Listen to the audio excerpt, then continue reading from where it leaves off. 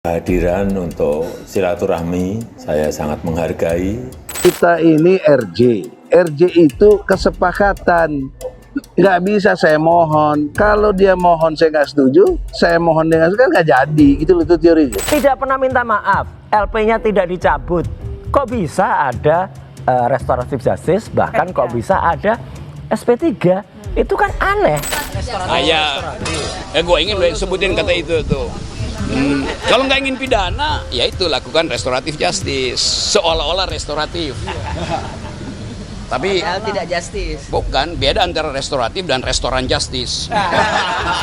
Saya mau membela bahwa ijazah itu asli, itu yang saya bela. Ijazahnya asli. Kalau asli dibela. Iya. Tapi kalau palsu bagaimana? Ya orangnya yang palsu, bukan gimana. Halo Sahabat Kompas TV, berjumpa kembali dengan saya Jocelyn Valencia. Dan Sahabat Kompas TV, seperti biasa kita akan membahas isu-isu terkini yang menjadi sorotan masyarakat. Tak lain tak bukan, ini masih soal ijazah Jokowi yang belum ada ujungnya nih Sahabat Kompas TV. Polemik tuduhan ijazah palsu Presiden ke-7 Republik Indonesia Jokowi ini masih menjadi sorotan masyarakat. Dan yang terbaru, kubu Roy Suryo CS mempertanyakan proses penerbitan SP3 bagi Egy Sujana dan Damai Hari Lubis usai bertemu Jokowi di Solo. Maka dari itu, Sahabat Kompas TV, untuk membahas hal ini lebih lanjut, kita sudah bergabung bersama ex-Kabar Reskrim Polri. Di sini ada Bapak Susno Duaji. Halo Pak Susno, selamat sore. Selamat sore Mbak Jislin, selamat sore para pemirsa.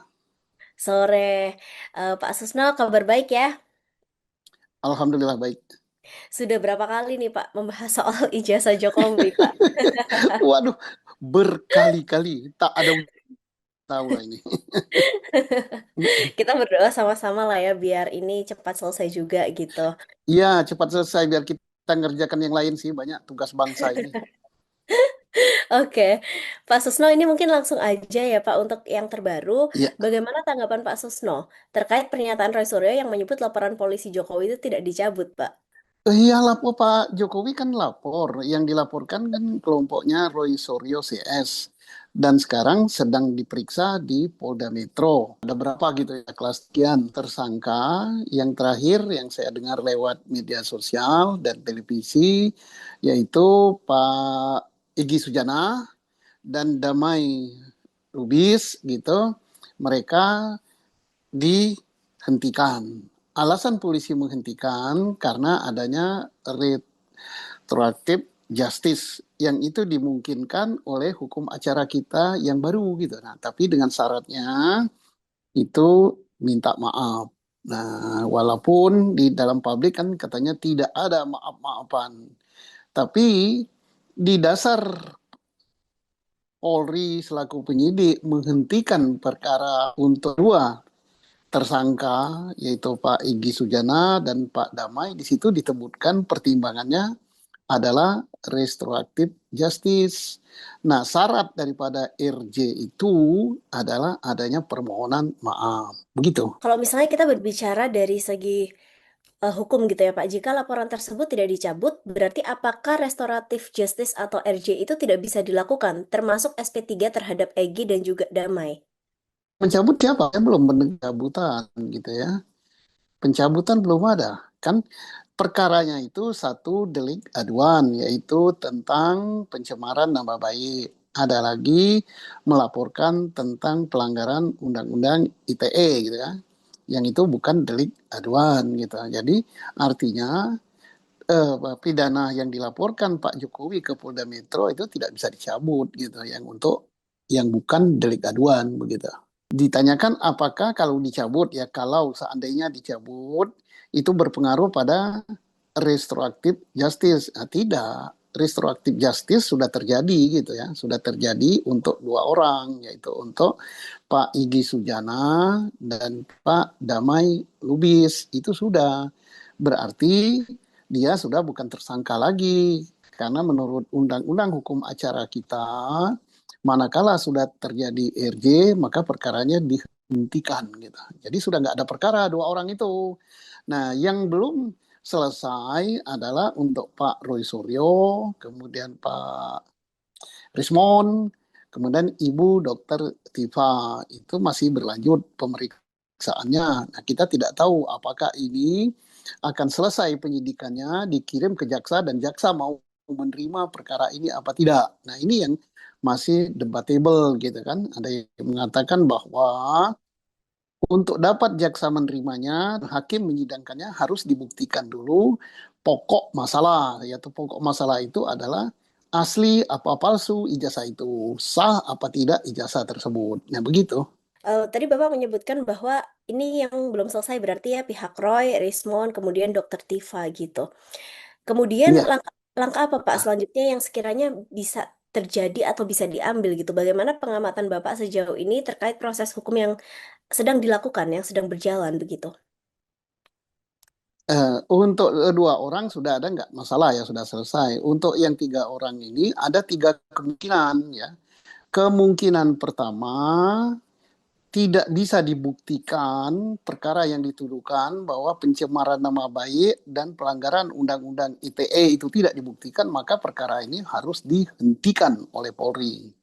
Jadi penghentian penyidikan. Yang kedua, perkara ini dilengkapi apa yang diminta jaksa. Nah, kalau sudah lengkap, maka dilimpahkan ke kejaksaan untuk seterusnya disidangkan di pengadilan. Yang ketiga, kemungkinan juga ya, siapa tahu ada berubah pemikiran di antara Roy Suryo CS dengan Pak Jokowi, mereka berdamai, maka terjadi restoratif justice juga. Jadi ada tiga penyelesaiannya. Nah, apakah akan diselesaikan di pengadilan? Apakah akan damai dengan restoratif justice? Apakah karena tidak terbukti dihentikan? Tiga itu kemungkinannya. Yang paling memungkinkan yang mana Pak? Kita masih sulit menduganya ya. Kalau untuk maju ke pengadilan itu harus dibuktikan dulu bahwa ijazahnya Pak Jokowi itu asli. Siapa yang harus membuktikan yaitu pengadilan. Nah, sekarang kan sedang berjalan di pengadilan di Solo kan ada kan. Berjalan di Solo. Nah, bagaimana putusan pengadilan Solo ijazah Pak Jokowi itu asli apa tidak? Kalau asli, terbuktilah Pak Roy Suryo CS mencemarkan nama baik. Wong ijazahnya asli, dikatakan tidak asli, dikatakan palsu, dikatakan tidak sah, maka dia mencemarkan nama baik, maka kena dia. Kena apa? Pencemaran nama baik dan Undang-Undang ITE. Tetapi kalau misalnya di pengadilan Solo, itu dikatakan putusannya bahwa ijazah Pak Jokowi itu tidak sah atau tidak asli. Lah maka harus dihentikan penyidikannya. Kenapa dihentikan? Berarti Pak Roy Suryo, Pak Rismond, dan Dokter Tipa bukan mengatakan sesuatu yang bohong, bukan cemarkan nama baik, tapi mengatakan sesuatu yang benar gitu. Nah, jadi begitulah. Nah, apakah akan terjadi restoratif justice? Saya tidak tahu, dalam hati masing-masing nggak tahu gitu. Tapi sebagai rakyat, apalagi saya sebagai petani di desa gitu, berharap kasus ini selesai. Ngapain lama-lama sih? Kemudian soal kabar kehadiran penyidik dalam pertemuan Egy Sujana dan Jokowi di Solo. Ini apakah langkah itu akan sesuai prosedur hukum atau justru berpotensi menimbulkan persoalan lain lagi nanti, Pak? Entah, nggak ada pengaruhnya gitu. Hadir atau tidak hadir penyidik di sana, yang penting penyidik tidak boleh mencampuri. Kalau mereka mau damai itu betul-betul dari hati nurani masing-masing ya, bahwa oke, kami mengadakan restoratif justice yaitu berdamai, tidak saling tuntut lagi. Itu urusan mereka. Nah, hasil perdamaian itu disampaikan kepada Polri selaku penyidik, nanti Polri memprosesnya, maka perkaranya dihentikan. Jadi jangan sampai Polri mencampuri, berhenti atau restoratif justice itu bukan karena ada Polri, tapi betul karena niat tingsun di dalam diri masing-masing. Oke. Kemudian kalau misalnya nih Pak, ada cacat hukum gitu ya pada penerbitan SP3 EGI, apakah keputusan tersebut bisa digugat atau dibatalkan nantinya? Ya, tidak ada cacatnya kan, semua nerima kan. Nggak ada cacatnya. Kan sampai sekarang kan nggak ada yang menyatakan nggak nerima. Pak Egy menerima, Pak Damai menerima, Pak Jokowi menerima. Dia nggak mempersoalkan apa-apa, yang penting sudah selesai masalahnya kan gitu, statement Pak Jokowi. Nggak usahlah dicari apa-apanya, mengapa damai dan apa-apa, yang penting sudah selesai. Ya udah kan bagus itu. Statement Pak Egy juga sudah selesai, mengatakan bukan karena tekanan, bukan karena apa-apa, yang penting dia nggak ditersangka lagi. Nah, jadi tidak ada pihak lain yang bisa memperanya. Oke, kalau misalnya tadi kita membahas soal Egy dan juga Damai nih, Pak. Dari yang lain, Ya, bagaimana pandangan Bapak soal pemeriksaan Rocky Gerung? ya. Rocky Gerung boleh-boleh aja diperiksa untuk keterangan, ya apakah dia sebagai ahli gitu kan.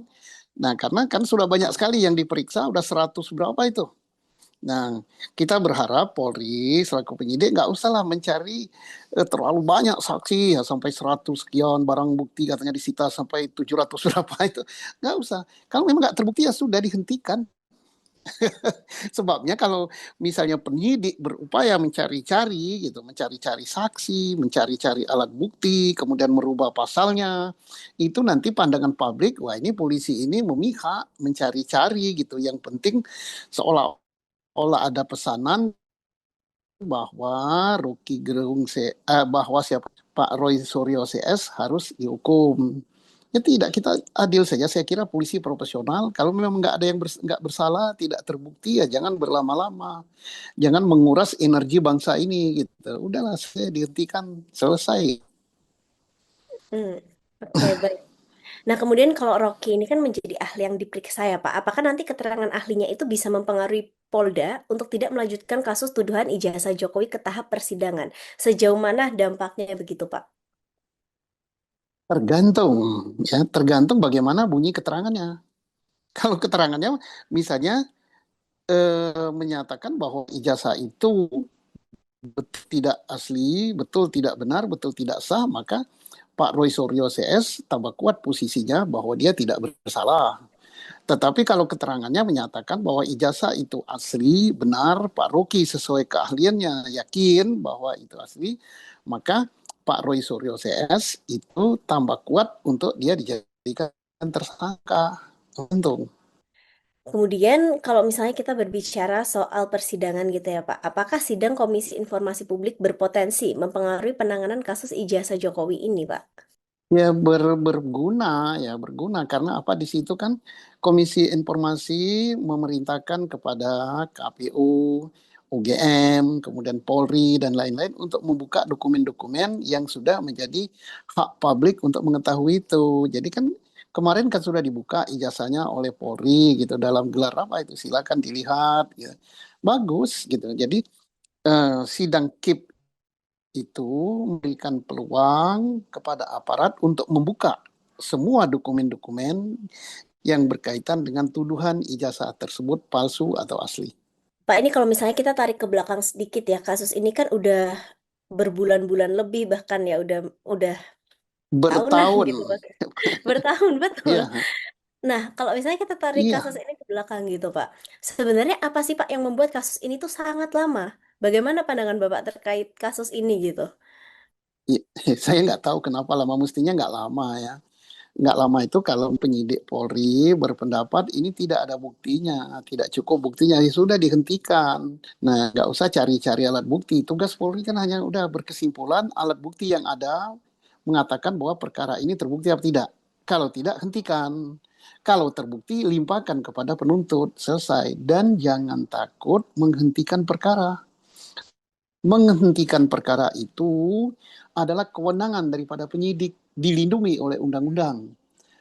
Dan walaupun perkara sudah dihentikan, kalau kemudian hari terdapat alat bukti baru, maka perkara tersebut bisa dibuka lagi. Tetapi sudah gitu, tidak heboh lah gitu kalau sudah dihentikan. Jadi jangan takut menghentikan perkara. Seberapa jauh sih Pak Bapak melihat perkara ini tuh bisa mempengaruhi terutama demokrasi yang ada di Indonesia gitu? Karena kan ini menyangkut mantan Presiden Republik Indonesia juga gitu. Ya tergantung gitu. Karena perkara ini menjadi sorotan seluruh warga Indonesia ya, mayoritas ya, puluhan bahkan mungkin ratusan juta mengamati ini. Kalau aparat hukum ya Polri, jaksa, kalau sampai ke pengadilan hakim, netral, betul-betul bagus, makanya bahwa penegakan hukum di Indonesia bagus, demokrasi jalan. Tetapi Kalau masyarakat menilainya, oh perkara rekayasa, yang penting tersangkanya harus dihukum, maka orang akan menilai, oh aparat penegak hukum sudah menjadi alat kekuasaan, berarti demokrasi di negeri ini nggak jalan. Jadi taruhannya besar sekali ini. Ya makanya saya katakan aparat penegak hukum harus lurus ke atas, berpedoman pada hukum, terbukti lanjutkan, tidak terbukti hentikan. Kemudian, apakah menurut Bapak sendiri gitu ya, Polri itu ada ketakutan untuk menghentikan perkara? Karena kan sebetulnya kalau mereka memang menghentikan, perkara ini juga tidak mungkin panjang gitu kan. Itu bagaimana tanggapan Bapak? Saya nggak memberi penilaian, silakan masyarakat menilai gitu ya. Kok perkara gini lama bener gitu ya, nilailah gitu. Kan banyak sekali yang pandai hukum di Indonesia. Apa sih kesulitannya? Lah kalau sulit untuk diajukan, tidak terbukti, ya silakan dihentikan. Kalau tidak dihentikan oleh Polri, perkara ini gampang sekali. Bukan pembunuhan, bukan teroris, bukan kejahatan internasional. Jadi membuktikannya gampang sekali. Tidak terbuktikannya, kalau tidak cukup bukti ya gampang sekali. Ya silakan masyarakat menilai kemampuan Polri-nya dan bagaimana kondisi kejiwaan Polri-nya. Karena Polri itu bukan milik saya, milik seluruh masyarakat Indonesia. Nilai. Pak, tapi kalau misalnya kita ngomongin soal ijazah ini kan, kalau kita ngomongin Ya, soal barang bukti, sebetulnya ketika ijazah aslinya ditunjukkan, itu bukannya seharusnya sudah selesai dan berhenti sampai situ ya, Pak ya? Itu gimana, Pak? ya, ijazah aslinya ditunjukkan, kemudian nanti yang berkewenangan menilai itu. Oh ini asli, semua tanda-tanda keasliannya ada. Misalnya apa? Capnya, fotonya, tulisannya, nomornya, hologramnya gitu ya. Oke, tetapi itu kan yang dipersoalkan sekarang kan bukan asli saja, sah apa tidak. Hmm. Mungkin ijazah itu asli, betul, keluaran UGM. Tapi Pak Jokowi sah nggak menerima ijazah itu? Misalnya dia betul kuliah, dibuktikan dengan apa? Betul dia membuat skripsi, betul dia KKN, itu dibuktikan semua, semua terbukti iya, ya harus dinyatakan bahwa itu terbukti asli ijazahnya. Nah, tapi kalau itu tidak semua, maka pengadilan harus membuktikan bahwa ijazahnya apa gitu. Jadi pengadilan hakim yang sekarang sedang bersidang di Solo harus berani membuat keputusan, jangan takut. Karena apa? Hukum itu nggak ada takut dengan siapapun juga, semua apapun juga di depan hukum itu kedudukannya sama. Oke, mungkin ini pertanyaan terakhir ya Pak ya. Sebagai Pak Sustro gitu, sebagai orang yang juga mengamati kasus ini gitu, Iya, ke depannya menurut analisis Bapak, bagaimana arah dan kelanjutan kasus ijazah Jokowi, Pak? saya yakin bahwa makin lama penyidik makin pintar dan aparat penegak hukum makin pintar, dia akan mengambil keputusan yang benar gitu. Kalau tidak terbukti akan dihentikan, kalau terbukti akan diajukan. Karena resikonya terlalu besar untuk institusi kalau membuat atau merekayasa suatu perkara. Saya yakin.